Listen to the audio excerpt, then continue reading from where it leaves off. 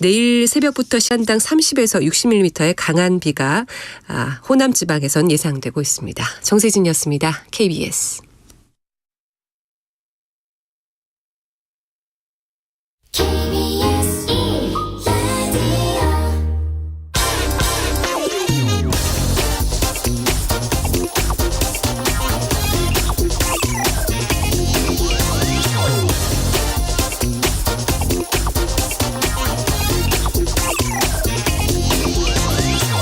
네, 안녕하십니까. 경제와 정의를 다잡는 홍반장, 저는 KBS 기자 홍사원입니다.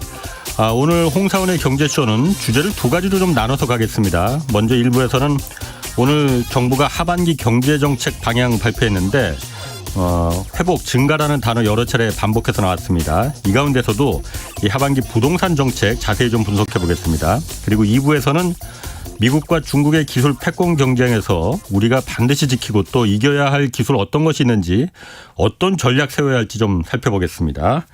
자, 먼저 첫 번째 주제, 오늘 하반기 정부가 내놓은 하반기 부동산 정책 먼저 좀 살펴보겠습니다. 최상욱 커넥티드 그라운드 대표 나오셨습니다. 안녕하세요. 예, 안녕하세요. 유튜브 채팅창에 감기 좀 어떠냐고 많이들 물어보시는데 어제보다 많이 나아졌습니다. 제 체력이 좋아서 감기도 금방금방 떨어집니다.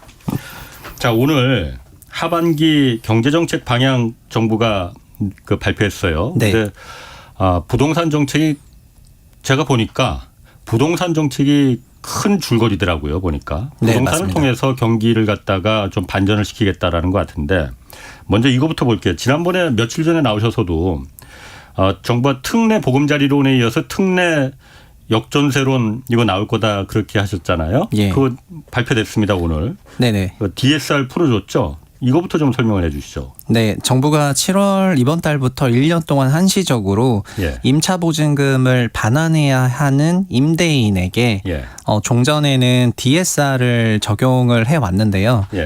이 대출에 한해서만큼은 DSR을 적용을 하지 않고 총부채 상환 비율인 DTI를 적용을 하겠다고 했고, DTI는 현재 60%이거든요. 조금 복잡합니다. 그러니까 이거 모르는 분도 있거든요. DSR이나 DTI나 비슷비슷한데, 그러니까 전체 부채 중에서 DSR은 내가 꼭 집 살 때 주택담보대출뿐만이 아니고 신용대출, 자동차 할부금 있는 빚을 얼마나 내 소득의 한도 내에서 갚을 수 있느냐, 이걸 갖다 한 40%로 묶어놓은 거잖아요. 40% 이상은 빚 더 낼 수 없어.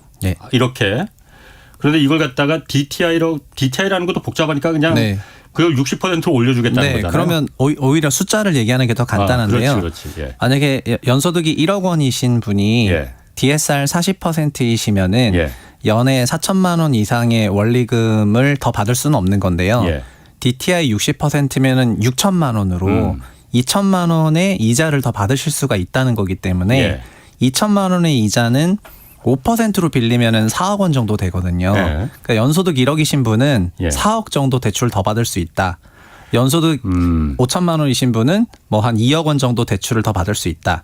연소득이 1억 5천은 6억 원 정도 더 받을 수 있다. 이렇게 대출 한도가 확 늘어났습니다. 그러니까 역전세난 때문에 세입자한테 집주인이 전세금을 좀 일부를 더 내린 만큼 돌려줘야 되니까 그 돈이 없다고 하니, 그럼 집 팔지 말고 그냥 빚 더 낼 수 있게 해줄 테니 빚 내서 대출 받아서 돌려줘라, 이거잖아요, 쉽게 말하면. 네, 원래는 그 주택을 담보로 대출을 받으니까 주택 담보대출이 돼서 DSR에 포함이 되어야 되는데요. 그렇죠. 임차보증금 반환 대출을 주택 담보로 받았음에도 불구하고 이거를 DSR에 넣지 않겠다 이렇게 적용을 해준 거고, 그리고 자연스럽게 DTI는 20%포인트나 더 높으니까 1억 원 기준으로 4억씩 더 빌릴 수가 있잖아요.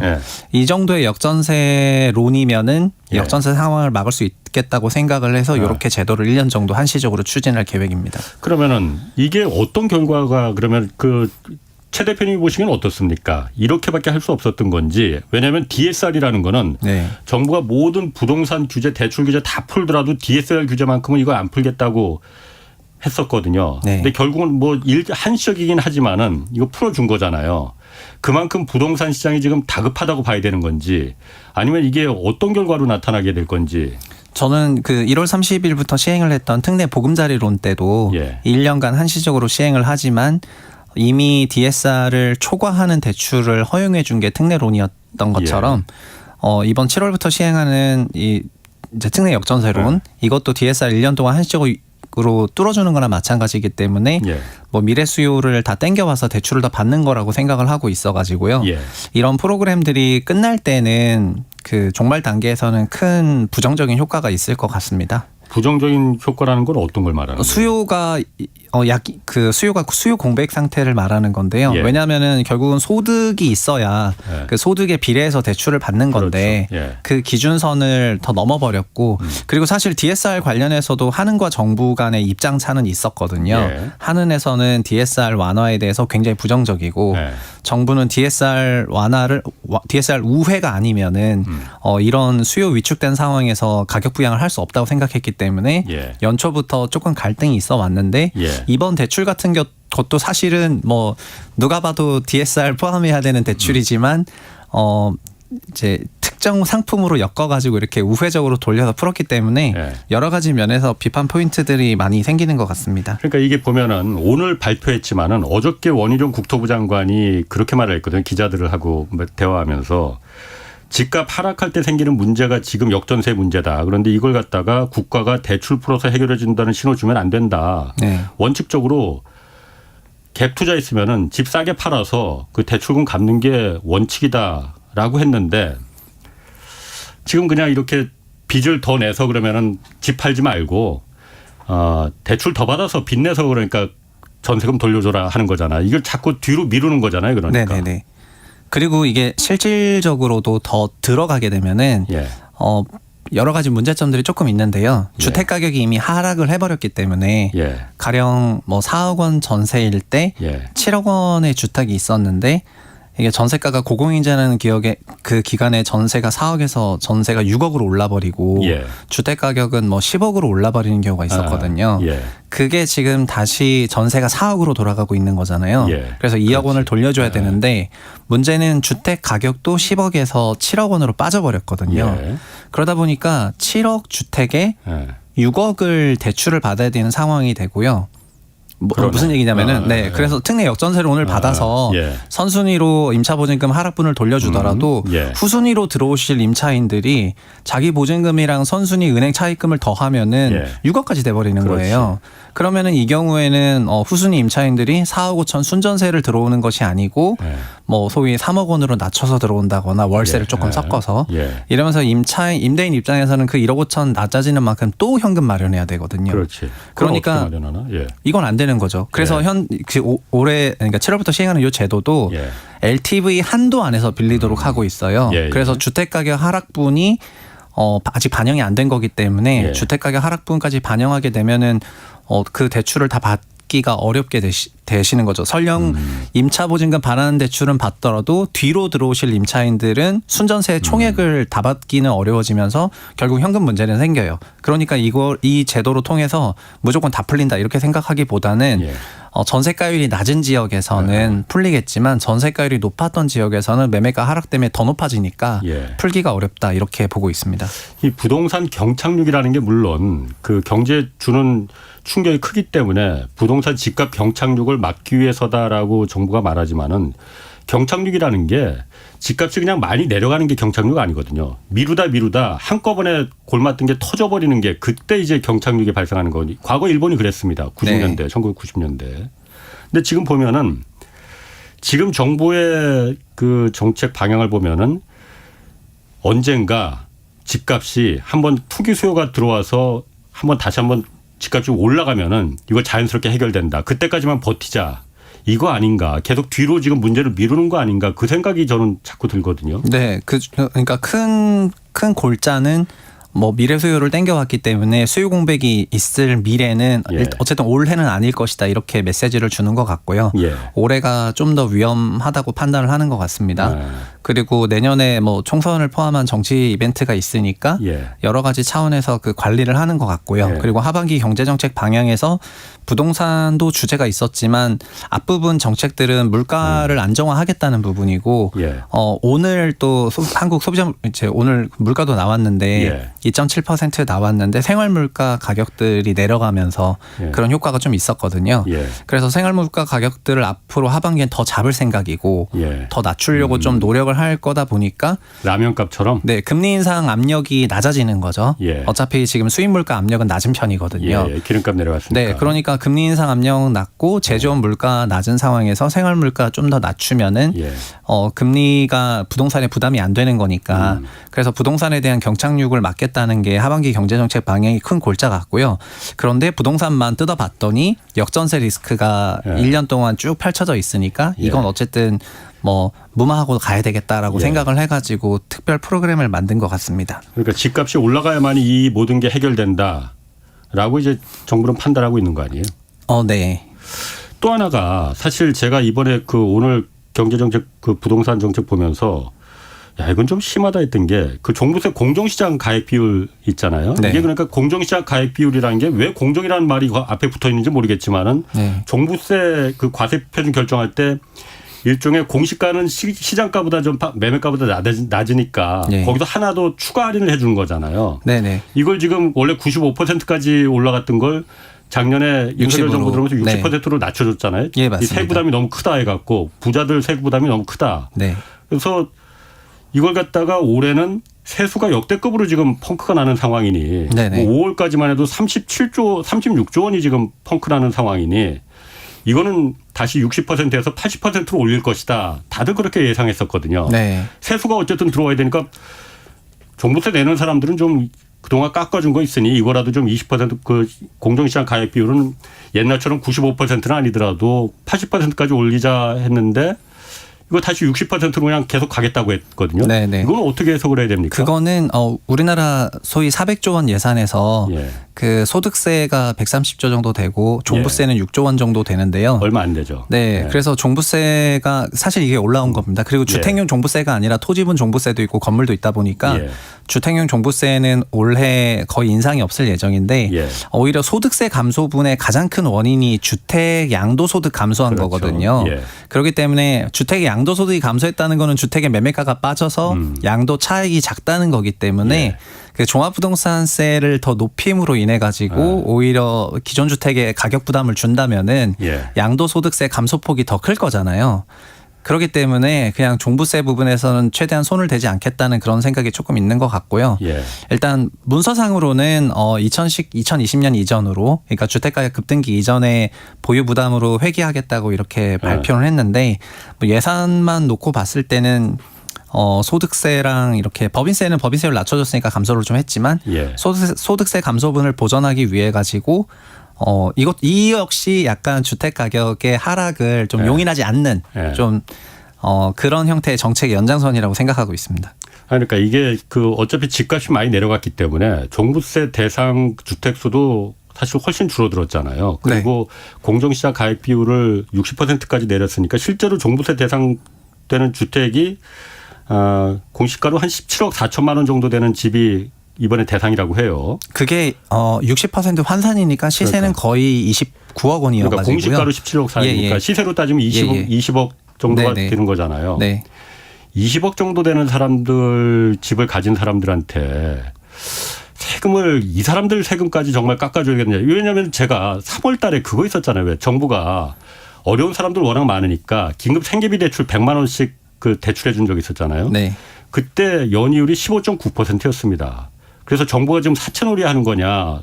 서민들 어려운 사람들 대상으로 가장 경제적 최약자층이잖아요. 네네. 그분들한테 15.9%의 이자를 받으면서 20억짜리 집을 갖고 있는 부자들한테는 세금 한 푼도 안 깎아주겠다는 정부의 정책 방향이 확실히 서 있구나라는 게 저는 오늘 이 발표 보면서 그걸 느꼈거든요. 네. 이게 저만 느끼는 건지는 모르겠습니다. 아니요. 그러니까 이 종합부동산세 관련해서는 작년 12월 달에 여야가 그 세율을 인하하는 부분을 합의를 했는데요. 예. 종전에는 2주택부터 중과세율이었는데 현재는 2주택까지는 일반세율이기 때문에 예. 중과와 일반 세율 간에는 사실은 상당한 세 격차가 있거든요. 예. 그래서 현행 여야가 합의한 부분은 2주택까지는 1주택자와 똑같이 뭐 투기 수요라고 보지 않는다 이런 예. 부분이고요. 그래서 2주택까지는 갖고 있어도 된다. 보유세가 낮기 때문에 예. 이렇게 좀 완화를 하면서 좀 투자 수요를 유도를 했고 작년 12월부터 올해 1.3 대책도 그렇고 전반적으로는 미래 수요를 땡겨오는 것도 있지만 한 꼭지가 더 있는데 그게 지방 수요를 서울로 땡겨오는 게 있거든요. 현재 여러 정책들은 다 그 외지에서 서울로 돈이 들어가도록 하다 보니까 예. 서울의 평균적인 외지 수요도 20%였는데 올해 같은 경우는 25%로 슬금슬금 올라오고 있어요. 예. 그래서 이런 가격도 양극화가 되고 있는 그런 추세여가지고 거의 모든 정책들이 이제 서울 부동산을 지지하기 위한 상당한 그런 정책들이 펼쳐지고 있는 것 같습니다. 이게 또 그 공급 그 정책도 분양권 전매제한은 이미 완화가 됐잖아요. 네. 그리고 분양가 상한제 주택에 적용되는 실거주 의무 이것도 지금 폐지를 추진하겠다고 오늘 그렇게 발표를 했어요. 네, 예, 맞습니다. 그러니까 실거주 의무를 폐지하겠다는 거는 분양가 상한 그 분양가 그 상한제 주택은 싸게 분양해 주는 대신에 네. 정부가 여기는 무조건 몇 년 동안은 무조건 실거주 해야 된다. 이걸 옵션으로 달하는 거잖아요. 그렇죠. 이거를 갖다 실거주 안 해주겠다고 하는 거는 네. 투기 수요를 열어놓겠다는 거 아닙니까? 아, 네네. 그래서 원래는 분양권 그 실거주 거주 의무 폐지하는 거는 예. 그 실거주 거주가 있어서 주택 시장이 하락을 한 게 아니잖아요. 예. 그렇기 때문에 그 추진 자체는 되게 비판받을 부분이 있다고 생각을 하고 있는데요. 예. 현행 제도상에서 분양권 전매는 다 허용해 버리고 그다음에 실거주는 묶어버리니까 분양권을 판 사람이 해당 주택에 거주해야 하는 약간 말이 안 되는 상황이 나와서 정합성 차원에서 추진하겠다 이런 것 같고 예. 애초부터 이거는 청약에 대해서 너무 과도하게 규제 해제하고 그다음에 투자 수요 들어오도록 유도한 부분에서 조금 비판받을 포인트가 있는 것 같습니다. 네.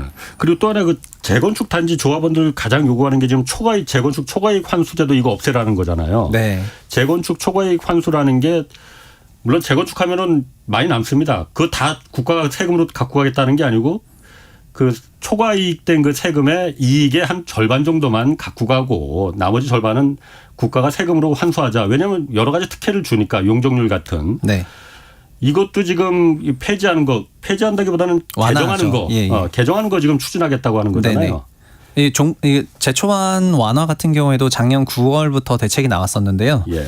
작년 9월 대책 발표하고 나서 첫 번째로 그 상임위에 올리기 시작한 게 올해 3월 말이었던 것 같습니다. 예. 그래서 정책 발표하고 6개월 동안 사실 업데이트가 없었기 때문에 일각에서 봤을 때는 너무 늦게 진행을 하는 것 같다. 예. 국회 일정 2월 28일 마감이면은 2월 27일에 올린다거나 사실상 거의 통과가 될 수 없는 스케줄을 올렸기 때문에 이번에도 그래서 추진하겠다고 이제 계획은 밝혔지만은 아직 충분히 여야가 합의하고 그런 상황은 아니어서 단계적으로 지금 당장 되진 않을 것 같고요. 예. 이외에도 제초안 법뿐만 아니라 일기 신도시 재정비 특례를 담은 노후정비법 같은 경우에도 예. 이것도 현재 논의가 충분히 되지 않은 상태인데 예. 이것도 이제 추진하겠다 이렇게만 좀 담겨 있어가지고 예. 전체적으로는 그 법 통과 관련해서는 좀 더 그 시간이 오래 걸릴 것 같습니다. 네.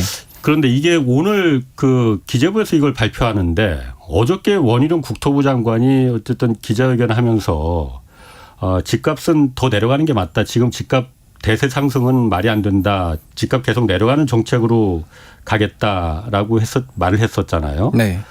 근데 오늘 나온 정책들이 이게 집값을 내리는 정책입니까?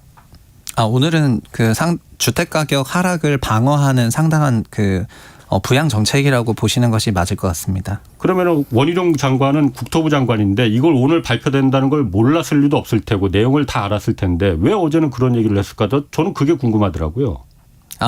제가 그분을 대변할 수는 없는데 물론 추정이니까. 그 기사 내용과 인터뷰 내용상으로 보자면은 예. 이런 시장이 일부 회복을 했다고 하지만 그 일부 회복을 한 것이 구조적인 회복이라고 보지는 않는 것 같고요. 그리고 그 원 장관이 처음부터 PIR이라는 소득 대비 주택 가격 지수를 발표를 했었는데 예. 그 PIR 기준으로 보면은 고점 18배에서 16배로 내려오긴 했지만 12배보다는 높으니까 여전히 주택 가격이 높다고 생각을 해서 그런 차원에서 발언을 한 것 같습니다. PIR 18배라는 건 그러니까 한 푼도 안 쓰고 18년을 모아야만이 집을 한 채 마련할 수 있다. 서울 기준으로. 그렇죠. 근데 1년에 자기 소득의 절반을 모은다 그러면 36년치를 모아야 되는 거기 그렇지. 때문에 생애 주기 전체 돈을 다 모아야 되는 가격이라 이게 전 세계에서 가장 비싼 수준입니다. 예. 하반기 조금 더 그 자세한 나머지 경제 정책 방향은 내일 좀 다른 분 모시고 더 좀 이어가겠습니다. 자, 최상욱 커넥티드 그라운드 대표였습니다. 고맙습니다. 감사합니다.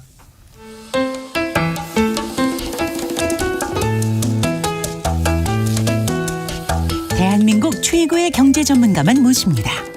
어렵고 지루한 경제 프로그램은 거부합니다. 유익하고 재미있는 홍사훈의 경제쇼.